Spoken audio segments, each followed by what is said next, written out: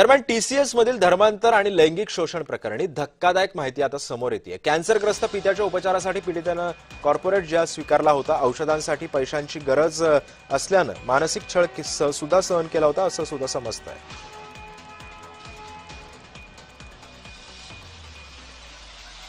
आणि या संदर्भामध्ये अधिक माहिती जाणून घेऊयात। माझे सहकारी किरण गोटूर सध्या आपल्या सोबत आहेत।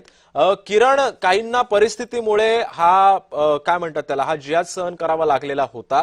आणखीन कोणकोणते पुरावे आणि कोणकोणती अपडेट्स सध्या या सगळ्या प्रकरणांती समोर येतात? काय माहिती आहे या प्रकरणाबद्दल अधिक?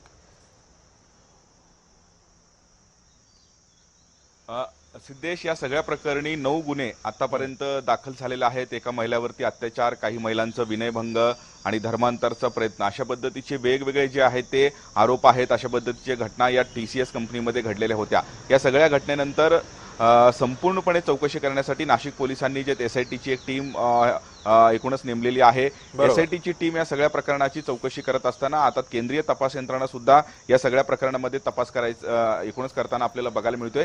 या सगळ्या गोष्टींचा तपास करत असताना काही धक्कादायक माहिती आता समोर आल्याचं आपल्याला बघायला मिळतोय।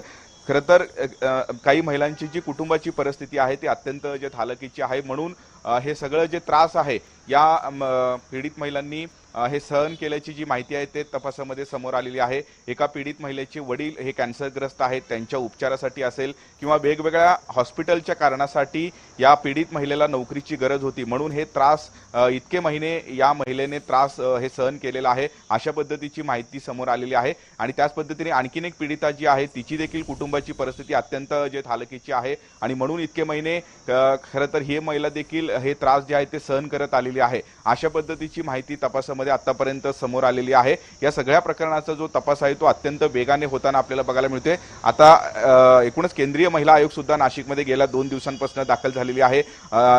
एकूणच 4 लोकांची टीम या सगळ्या प्रकरणाचा तपास करण्यासाठी राष्ट्रीय महिला आयोगाचं जे पथक आहे ते नाशिकमध्ये दाखल झालेलं आहे। काल टीसीएस कंपनीमध्ये जाऊन, म्हणजे ज्या ठिकाणी ही घटना घडलेली आहे त्या ठिकाणी जाऊन राष्ट्रीय महिला आयोगाचे जे सगळे लोक आहेत हे तपास केल्याचं आपल्याला बघायला मिळालं। काही माहिती त्यांना देखील मिळालेली आहे। आज सुद्धा हे राष्ट्रीय महिला आयोग नाशिकमध्ये आहे। या सगळ्या या घटनेचा तपास झाल्यानंतर राष्ट्रीय महिला आयोगाचे जे अध्यक्ष आहेत त्यांना अहवाल सादर करण्यात येणार आहे। अशा पद्धतीचा जो तपास आहे तो आता अत्यंत वेगाने होताना आपल्याला बघायला मिळतोय। आणि त्याच पार्श्वभूमीवरती या सगळ्या घटनेमध्ये संशयित आरोपी जी निदा खान ती अद्याप फरार आहे, तिला देखील शोधण्यासाठी काही दिवसांपासून प्रयत्न केला जातोय, पण ती अद्याप सापडलेली नाहीये। पण आज निदा खानच्या वकिलांनी म्हणजे 2 दिवसाआधी अटकपूर्व जामिनासाठी अर्ज केला होता आणि त्या अर्जावरती आज सुनावणी जी आहे ते नाशिक न्यायालयामध्ये होईल, अशा पद्धतीची शक्यता वर्तवण्यात येत आहे। त्यामुळे आगामी काळात या सगळ्या घटनेमध्ये आणखीन काय काय माहिती समोर येतं हे बघणं महत्त्वाचं असणार आहे। नक्कीच धन्यवाद किरण, तुम्ही दिलेल्या सविस्तर माहितीबद्दल।